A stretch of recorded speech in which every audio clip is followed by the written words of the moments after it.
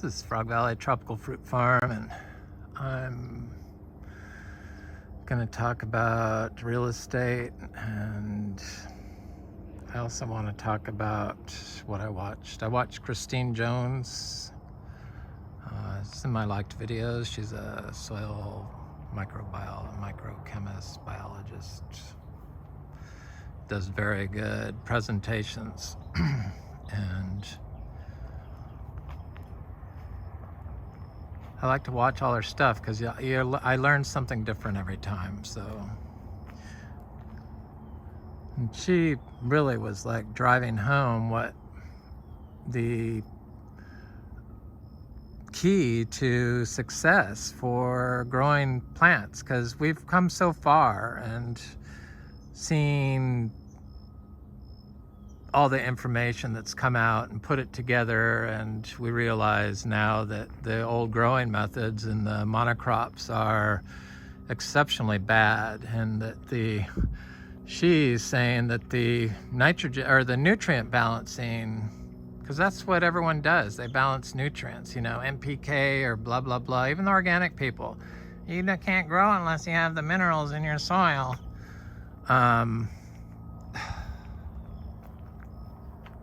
You got to put diversity of the plant in there. That's what it comes down to. That's kind of what I've been screaming for a long time, and I was just glad to hear that's what she said. So 4 different plant groups minimum, and the more you have, the better.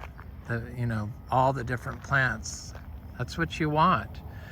And I kind of have said that in my previous videos where I talk about how I recognized an area that won't grow a tree, because we don't water any of our plant. Well, I've never watered when I plant. After a year and a half, I connected some of our larger nursery bought trees to a artesian drip, but none of the stuff I planted since then, none of the stuff you see here is on drip. So only like that tree. But what I found of observing and growing like this is that the areas that stay monocrop lawn, because this was a lawn for like 55 years before we bought it, and I had trouble getting the trees to grow at first, and I kept it a lawn, but lawns just stay monocrop, and that's not what you want, because the plants, they now know, share resources with other plants. So plants that are drought tolerant can share resources with water loving plants during times of drought if they're planted with the other plants. So the diversity of plants is how soil is built. It's where the microbes live. They used to think that the fungi was in all that decayed all the dead material on top. Yeah, it's in there because it grows inside the plant, the healthy plant. Those are the endophytes. So when it falls on the ground, then it gets degraded. But what the majority of this makes total sense. The majority of the fungi, the saprophytic fungi and all the other fungi, the ones that grow inside the plants and the ones that grow outside the plants, and they live in the roots of the plants. They don't live in the mulch above the earth. They live in the ground, in the roots, because they eat the carbon from the roots. So it kind of just makes sense when you think about it. I'm glad that they finally have figured this stuff out. It's kind of scary that we thought that we could grow better than nature, and really that's what it's about. It's about nature, letting what the nature puts into the ground grow and not kill it, because that's your window on whether or not your tree is going to survive. Fascinating stuff. And so the plant is the best input. Putting nitrogen or balancing nutrients is just going to put your molecules out of balance and cause over exertion of another bacteria that can process those minerals or whatever you've thrown into the system. when all you need is plant diversity. That's all you need. Plant diversity and some manure inputs. Earthworm castings, for sure. Earthworms are excellent. I don't really worry about earthworms because they come for the raw zebu manure. She also said, I think I saw it on her video, that if you consume, people that consume 30 or more plants, I guess a week or a day maybe, probably a day. No, I think it was a week. 30 or more different plants a week have better digestion than those that only consume like 15. I think the numbers are wrong, but it was 30 plants is what I know that number is right. So I've been making these teas, and I've had chronic pain for a long time that I just kind of dealt with, and it's a pain. And I've been making these teas and putting like, I don't know, 15 different leaves in there. But now I'm going to start making teas with 30 different leaves. All these tropical fruit trees, these different garcinias and the different gingers, and I can do all the other different fruit tree leaves. So it turns out that the medicinal qualities in like the garcinia trees especially kind of blows the medicinal qualities in marijuana out of the water. I think they grow that stuff all wrong. It needs to be grown outside. You got to have all the bacteria from everything and the fungi, and biology balances itself out.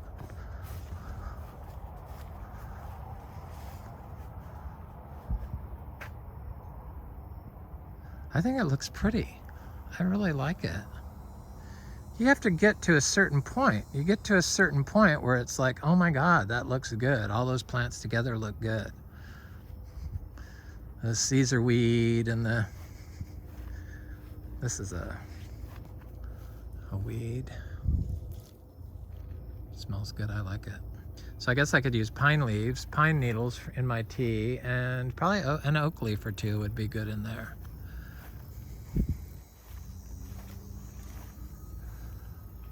There's, you know, this real estate here is so freaking hot and heavy that I just want to look at this. Because I like to plant all my trees together with other trees. I found that they do better with other trees and flowers or whatever. And now I see why. The seed grown stuff. Because that's what this health of the other plants, they piggyback off each other.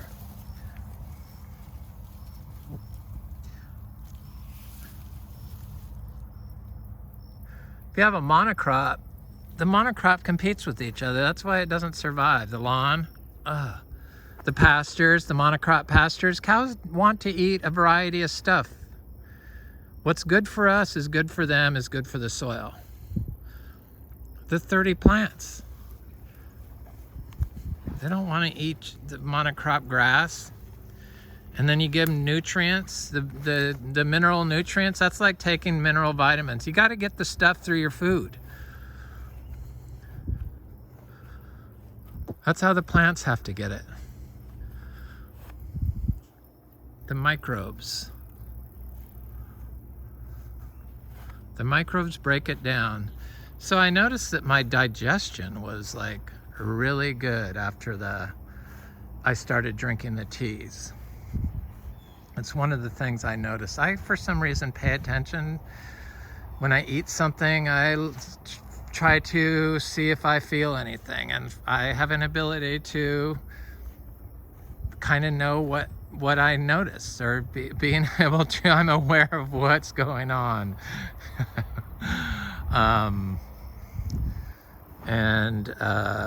With my system, when I drank the tea, I could feel that my neck pain went away instantly.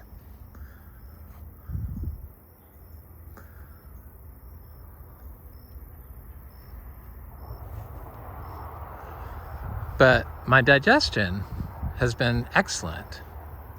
I made a huge giant brew of tea yesterday. I'm gonna make like a huge gallon of it, or a couple gallon jar of it every day. We got unlimited supply of leaves, and all of them have all kinds of really good medicinal qualities.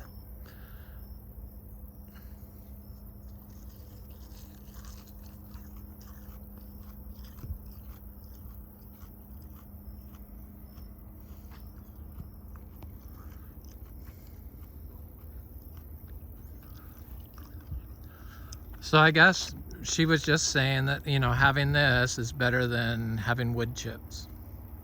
She said that. She didn't say that, but she said the living roots, the plants.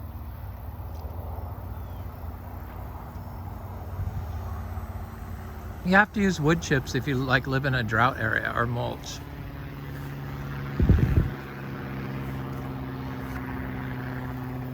But in Florida, it just covers itself. It really does. And it's pretty biodiverse. I mean, I can see like at least 5 different types of plants growing in it right from here.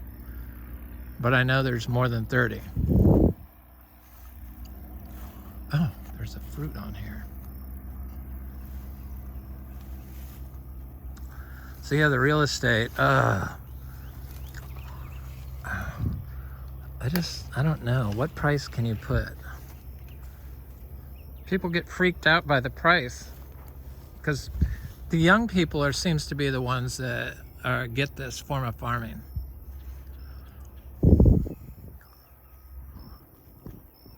But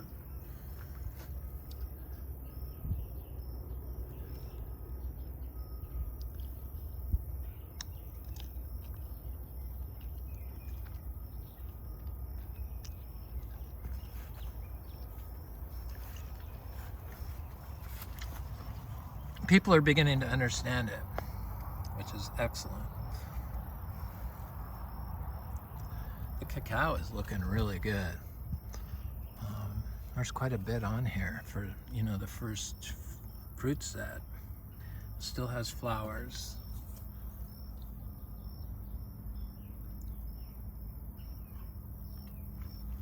I've been putting the cacao leaves in my tea.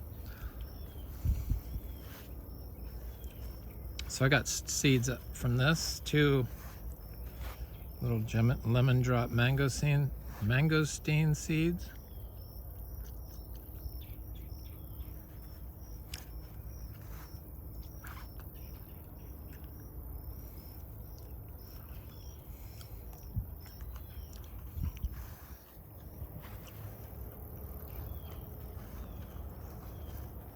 I wasn't gonna eat the skin.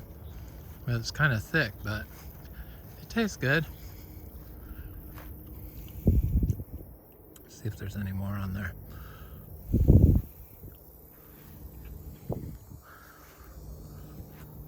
I mean, I really feel like the price of this real estate here is like a dynamic situation. Just after I discovered all these teas, I just can't believe how blind I was to that.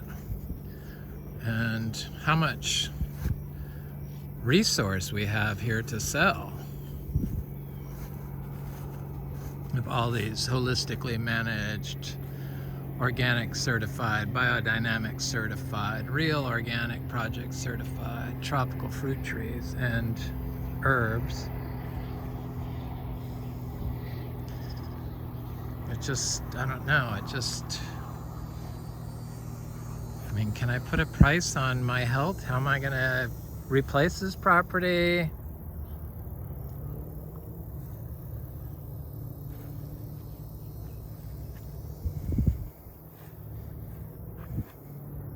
This isn't just a raw piece of land. This is a land that's been I plant hoarded for years on a huge scale here at this location.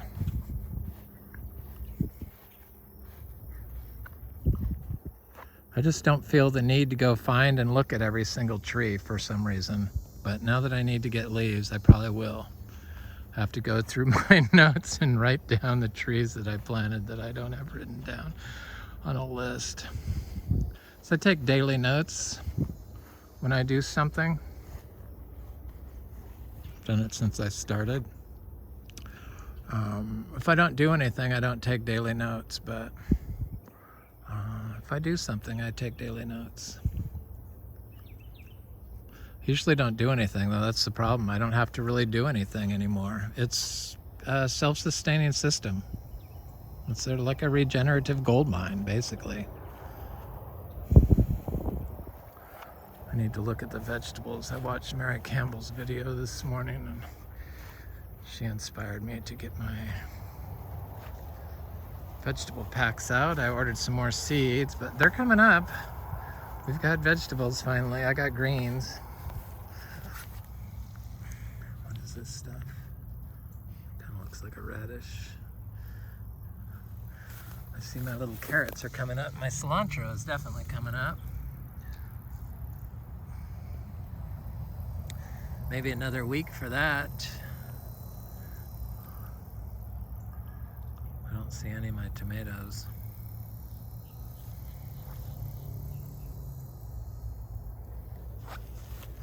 But these greens, these mixed greens, we mix all our seeds together. Got some kale there, and you got some another type of kale here, and red mustard there, and this is another mustard here. Kale, and then over here I have some other stuff. It looks like lacinato kale.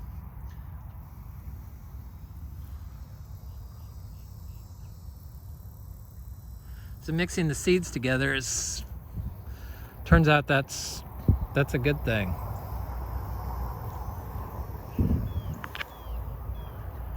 But I see some blank spots in here, so I'm going to put some lettuce seed down.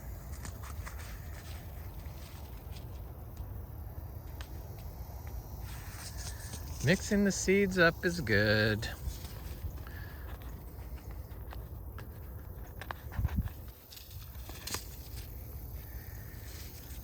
Yeah, I should have never said I wanted to sell this, because I don't know if I really do. In fact, I obviously I don't, or I'd have a price. But now that I'm going to get some help, a web page and stuff, I will be free to continue to do what I'd like to do, which is walk around and look at everything and pick stuff and move manure around, plant seeds.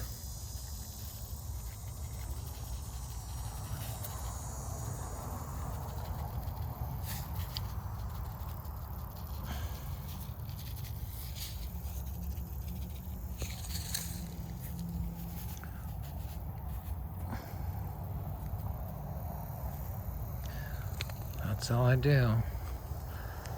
I don't want to turn it into a job. In market gardens, they have to like keep everything clear, and they get the wood chips that aren't completely broken down, so that it creates a lot of biological activity that feeds the fast-growing vegetables, and then they add water to it, to make it grow. But I don't have to add any water. I'm not growing a market garden, but you could do it. You see right there that you could do it without watering. So it is possible here in Florida. You really kind of need the living root in the system. So these large trees, they kind of just have a monocrop of one grass under them, the old trees. So in this instance, I don't think it's that bad. There's some grapevine growing through here, but I planted on the perimeter a lot of different fruit trees, Luke's Garcinias and Ingas and Adamoyas, other stuff.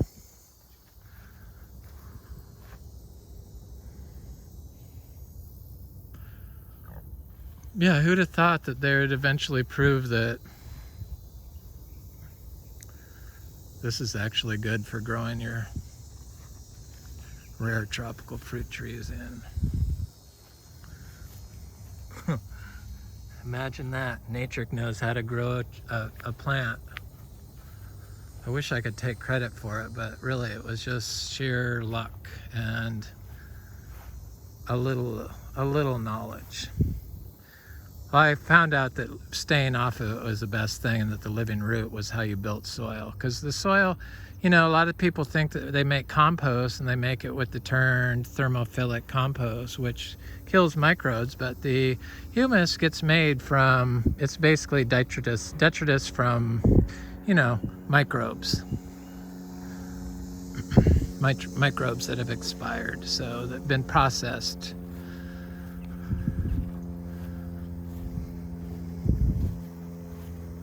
That's what makes the soil aggregation.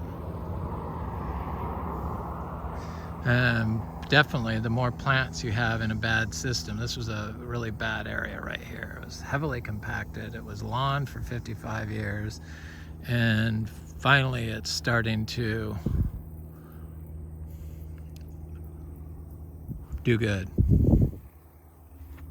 I had to keep adding plants to it. I mean, I've been adding plants and growing stuff. I had this entire area covered in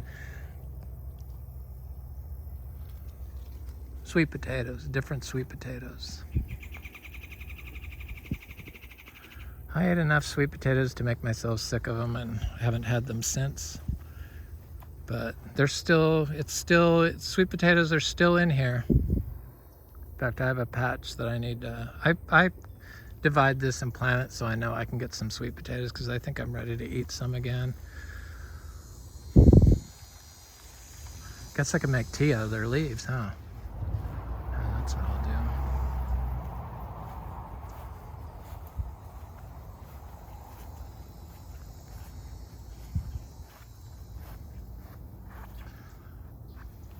I don't think it needs any water. This jackfruit here is a seed-grown jackfruit, and I've never watered it, and it looks good. And this is like a really, really bad area right next to the mowed path, which is bad. This is why it's bad. I can feel it. It's rock hard, and I can see all that white.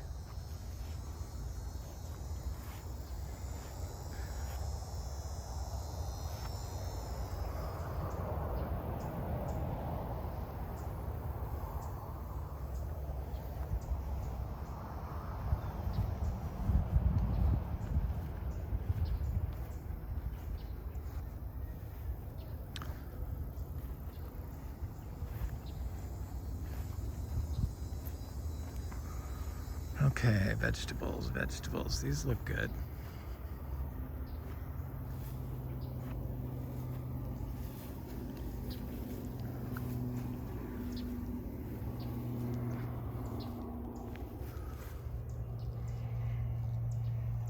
Some more of my mixed greens.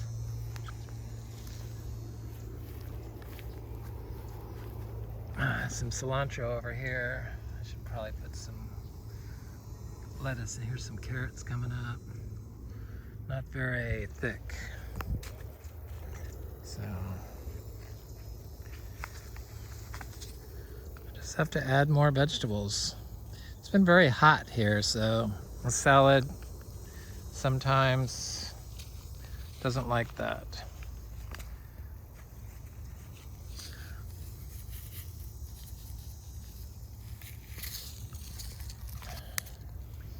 Guess I could plant my Garcinia seeds right here. No, not right there. That looks like a big gopher hole. Snake probably in there.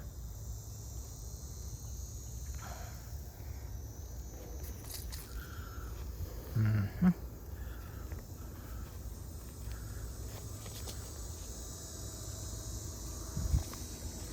Wonder if you can make tea out of the ackee. I should look that up. Looks like there's a bunch of pepper trees growing in there with it.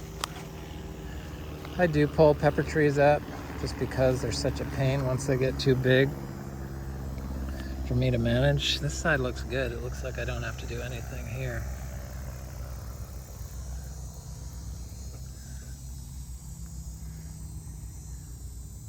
next week, for sure, I can start harvesting some of this microgreens, for sure.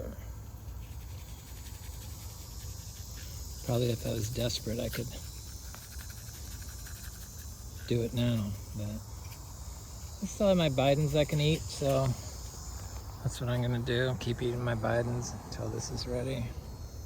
Plant some more seeds.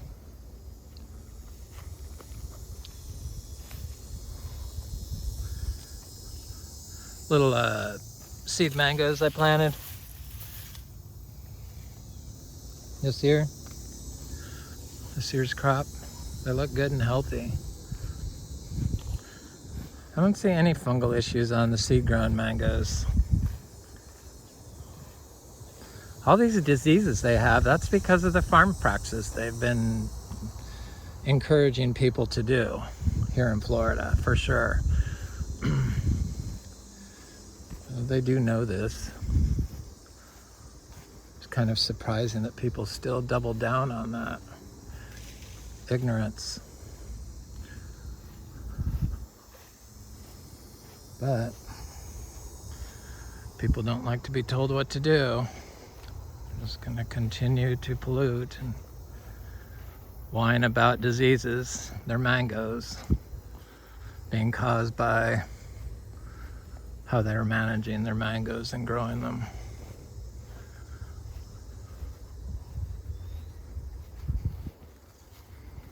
The air smells are so good here.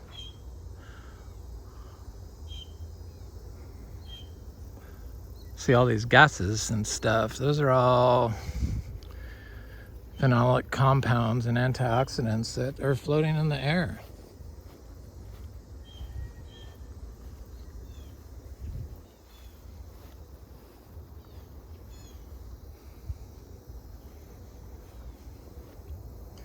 I see my citrus is looking big. I think I have a pile of compost I put in here somewhere. Did I?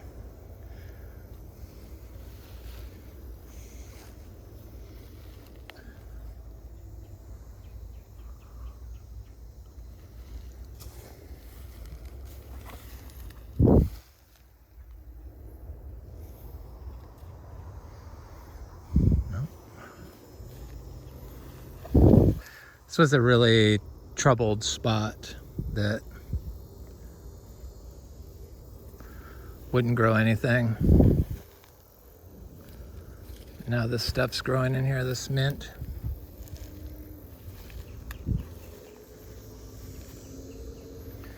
There's fruit trees in here.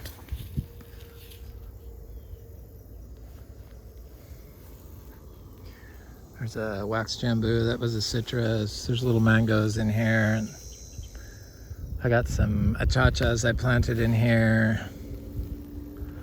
But looking for them is another story. Lychee that never did good. This area needs some soil or some compost. It's a citrus. Here's a little seed-grown mango.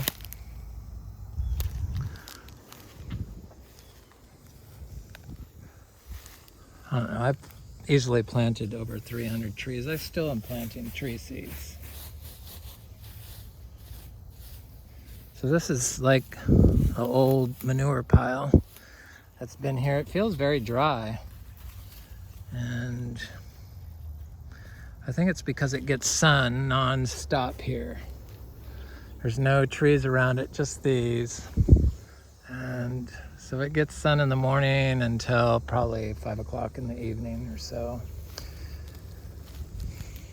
Probably not the best place to plant salad greens when it's so warm out. So I think I'll choose a different spot. I got plenty of piles of manure. 50 pounds a day is what I do. Mango. Oh, I see these little groups of trees that I planted here. Here's a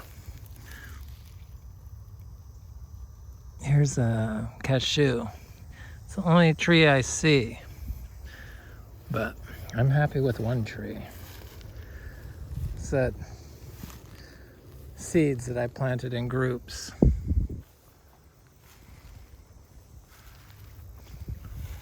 Here's a vegetable patch that doesn't look very good. Looks like something's attacking it. And there's not anything growing in here. So I put compost down here, but it's in a very sunny area. I think that's what the issue is. I'll throw some more seeds down a little bit, not very many. I don't want to take a chance if this stuff isn't going to be growing here because it's too hot.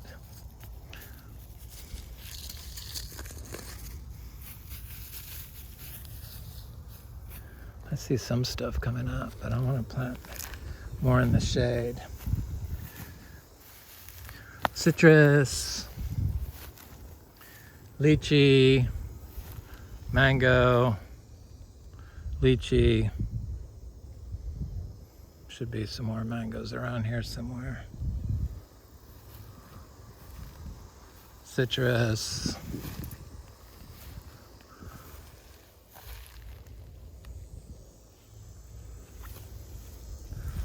Sometimes the citrus look kind of like they need a nutrient or something, but they snap out of it. It seems to be a dynamic situation.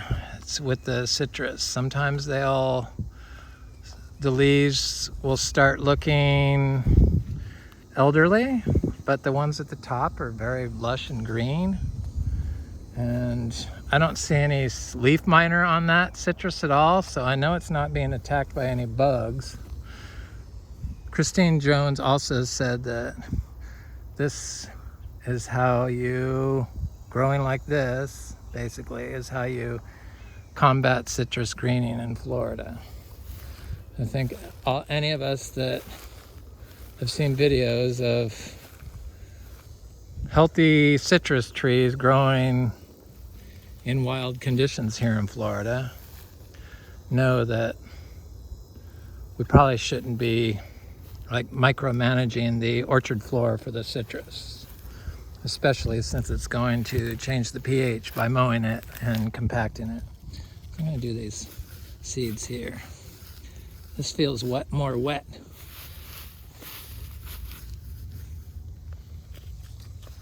Less sun. It's got this tree here, and that's just enough maybe.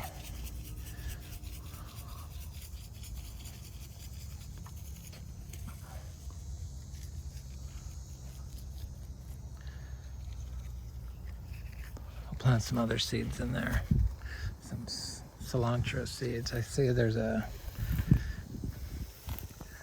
cashew here and a white sapote. Discovered that that's what plants like. Plants do better when they're planted within each other. Oak trees, mango.